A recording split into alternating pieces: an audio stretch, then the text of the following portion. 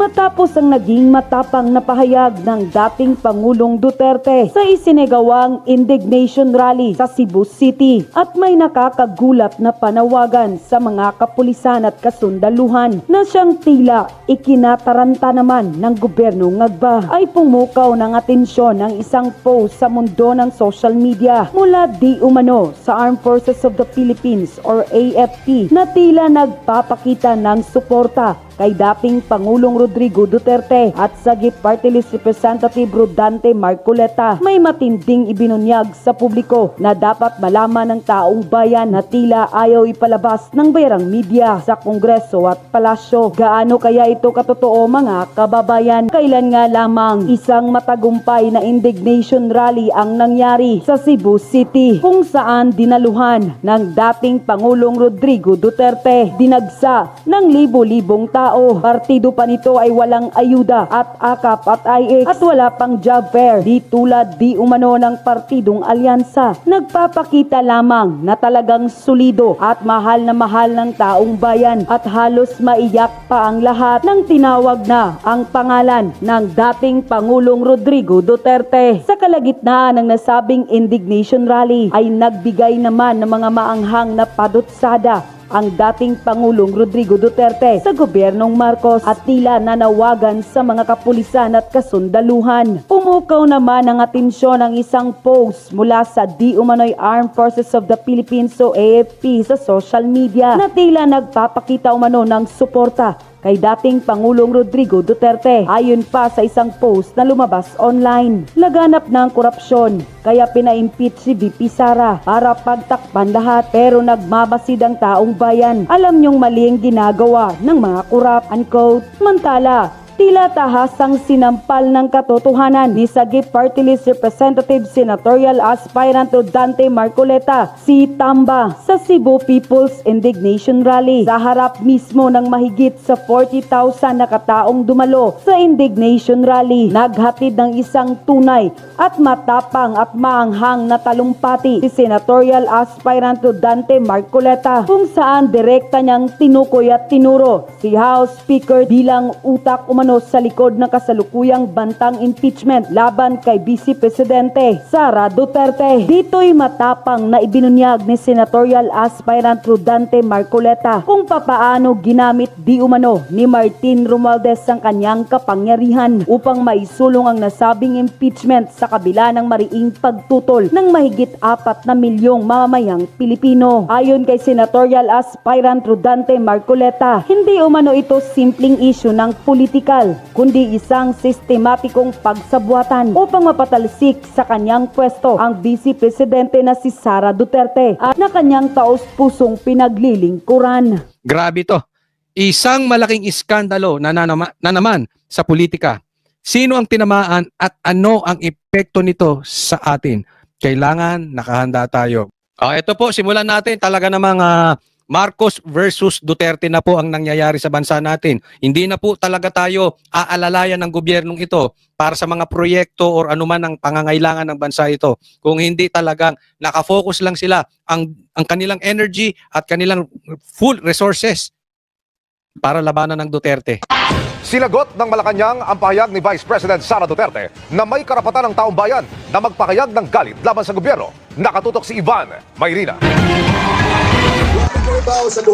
Nitong Sabado, pinangunahan ni dating Pangulong Rodrigo Duterte. Eto tingnan nyo po, okay? Doon sa mga vloggers, doon sa mga bashers na nagpapakalat na peke daw pong madami ang tao, okay? Nilinin lang po nila ang taong bayan na sinasabi, mali yung video na pinapakita, mali yung picture, hindi po yun ang usapin. Maraming tao lagi ang pumupunta sa mga sorties ng mga Duterte, ng PDP. Duterte ang isinagawang indignation rally sa Mandaue City kung saan niya binatiko si Pangulong Bongbong Marcos. Wala man sa rally. Nagpasalamat naman ang kanyang anak na si Vice President Sara Duterte sa mga dumalo doon sa pagpunta. Pansinin nyo yung tao engaged talaga. Even full security po yung kay BP Sara. Yung mga tao nakikita nyo, pansinin nyo. Ibang-iba po doon sa lumabas na video ni Marcos na hindi man lang siya pinapansin. Kung tayo ay tinatawag na parang pinabili lang ng suka, si Marcos parang pinabili lang ng rugby. Hindi pinapansin. Ay naku, ang daming videos no. Kung hindi nyo pa nakita, ay you're missing half of your life. Kailangan makita nyo yon dahil talagang wala silang lusot doon. Parang si Trillanes at si Marcos ay magkamag-anak. Isipin mo, para kang nangangampanyan, ni walang pumapansin. Sino ba ito? Sino ba? Oy, presidente yung pansinin nyo, pero tinan nyo to si BP Sara. Niya sa Cebu kahapon, sinabi niyang karapatan ng mga mamamayan na magpakita ng galit at karapatan ito. Kung walang security to, dudumugin ito si BP Sara. Protektado ng saligang batas. Para na rin daw nalalaman nila sa gobyerno ang gusto ng mga tao. Katungod man na sa mga tao no nga Masabi, karapatan ng mga tao na ipakita ang kanilang galit kasi constitutionally protected ang freedom of speech and expression sa ating bansa. Tatandaan nyo po, Claire, vlogger, Claire the vlogger, ha? Abogado ka pa man din. Nasa batas po na pwedeng ilabas ang galit ng taong bayan. Basta ikay susunod sa batas. Hindi mo patatalsikin ng gobyerno. Basta sabihin mo, may social media, ipakita mo. Alam nyo kasi kayo, diktador. Alam mo gusto niyan si Marcos? Ha? Gusto niyan sunod-sunuran ng tao. Gusto niya hawak niya sa leeg. Gusto niya kaya niyang bayaran. Pagka hindi niya nakaya, sedition na. Hindi po.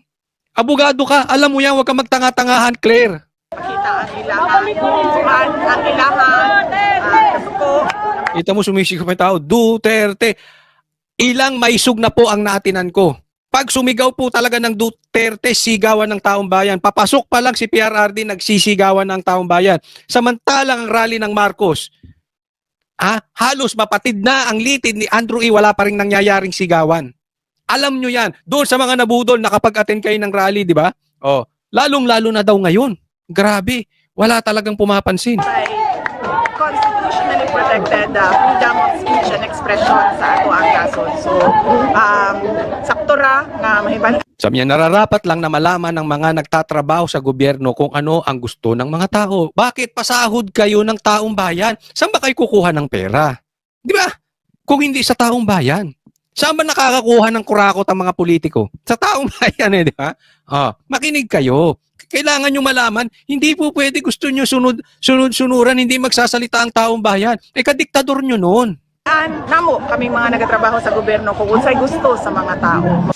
Sabi ng Malacanang Press Officer Claire Castro, Nung nalaman po ito ng Pangulo ay wala po siyang naging reaksyon.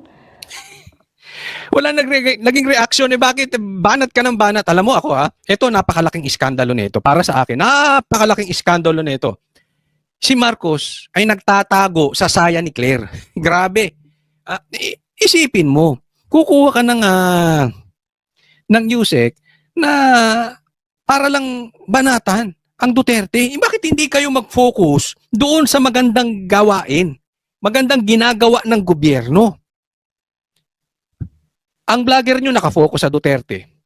Ang troll army nyo nakafocus sa Duterte. Ang kamera, ang mga bata ni Tambaluslos nakafocus sa Duterte. Ang pulis Torre nakafocus sa Duterte. Ano yan? Binabagsak nyo. Ito, medyo delikado po itong nangyayari. Baka magulat na lang tayo na lahat ng sekretary ni Marcos ang gagawin ay atakihin ang Duterte. Yan na lang ang kanilang trabaho. Hindi malalayo mangyari na ultimo mga pulis, sundalo ay utusan ni Marcos na bakbakan ng Duterte. Wala na sila talagang alam nyo, this is very dangerous for us. We are living in a dangerous time. This could possibly a silent martial law. Talagang ginagamit ang resources ng taong bayan para lang sa Duterte. Ganyan po kahina si Marcos. Makikipagsagutan siya. Uuna siyang babanat kay PRRD. Hindi naman niya kayang tapusin. Duwag si Marcos. Pagkatapos niyang bumanat ng bumanat, tatago siya sa saya ni Claire. Kuha ka ng USEC na magdadaldal. Bakit kunuha niya vlogger? Alam mo, ginagawa pang hero to ng mga ibang vloggers dyan. Bakit? Sa wakas, may pumalag na sa mga Duterte. Ganon? Baka mamaya tanggalin ni Marcos yan. Sasabihin nyo, tsamba. Siguraduhin mong tatagal ka dyan sa pwesto mo dahil 1,000, 1 tuwa ang tawa namin sa'yo. Pag ikaw itinanggal, galingan mo yan. Tatandaan mo, kung ang katulad ni BP Sara, trinaydor niyan. Kung ang katulad ni Pastor Tibuloy na nakatulong sa kanya ng malaki, trinaydor niyan. Kung ang katulad ni Vic Rodriguez na matagal niya ng kasama, trinaydor niyan, ikaw pa. Kumanda ka. Pag ikaw at tinanggal, saglit ka lang dyan, tawa-tawanan ka namin. Ginawang hero pa to ng Dilaw. Pinag-i-interview. Buti na lang si Claire. Dito dahil hindi nga po to dapat nanggagaling sa pangalawang pinakamataas na leader ng bansa. Pero para kay Castro, bakit daw ngayon lang niya ito sinasabi? Bakit naman ngayon lang? Mas marami naman din pong nangyari nung panahon ng kanyang ama. So parang ang pag-encourage po ba niya na magalit ang tao, meron po ba itong link doon sa sinasabing destabilization? Oo, may patunay ka dyan. May patunay ka. Di ba? Baka ikaw ang hatulan ng fake news, Claire. How do you know na destabilization yan? Bakit? Wala ba sa batas na kami ay sumigaw ng galit sa gobyerno kung ito'y palpak? Abogado ka. Sagutin mo. Wala ba sa batas? Patunayan mo rin na dinidestabilize ni BP Sara. Huwag kang fake news. Kayong sita ng sita eh. Kaya ka kinuha dyan para bantayan ng mga fake news. Baka ikaw ang fake news. Tingnan mo ha. Saan ka nakakuha? Kukuha ng mga sekretary para bantayan fake news. Baka mamaya pati si Rimulya ng SILG bantayan ng fake news at ang Duterte. Si Boying na SOJ gawin na rin magbantay na rin ng fake news at banata ng Duterte. Baka si Bersamin na IS wala na rin gawin kung hindi bantayan ng Duterte at humanap ng fake news. Baka ganyan ang paggawa mo sa sekretary lahat ha? Yung pinapasahod ng taong bayan para pagsilbihan ka. Hindi po ganon. Alam nyo kasi malaking problema na to. Sa tingin natin ito nakakatawa lang dahil grabe sinisira ni Marcos ang institution niya. Kumuha siya ng isang vlogger para bumakbak kay PRRD. Nagtago sa babae pero ito'y nagpapakita ng kahinaan ni Marcos. At ito'y nagpapakita ng kahinaan ng gobyerno ni Marcos ngayon. Wala na, hindi na sila pakita nyo sa tao, meron kaming nagawang tulay. Naayos namin dito. Wala nang sinabi tong ali na ito kung hindi Duterte. Hindi ka papatulan ni PRRD. Excuse me po. 'Di ba? Parang naliligaw na tayo ng landas. Tapos magagalit kay BP Sara. Sana being a vlogger. Clear. Galing kang vlogger bago yes, abogado ka pero bago ka na posisyon diyan vlogger ka. Dapat doon ka sa totoo. Sa totoo lang tayo. Kasi kaya nga tayo vlogger dahil gusto natin ipaglaban yung tama. Tama pa ba yung ginagawa nila sa mga Duterte? Bakit hindi mo questionin yung blank items? Kung hindi ka fake news, kung hindi ka double standard, anong klase kang vlogger? Di ba? Diyan ka galing eh. Pinusisyan ka lang, tahimik ka na. Asa na pupunta yung flood control projects? Saan? Ang daming namatay. Yan po sinasabi ni Atty. Vic. Anong sasabihin mo dun sa namatay? Sorry po, mali yung ginawa naming flood control projects. Nasira. Sorry. Patay. Sorry.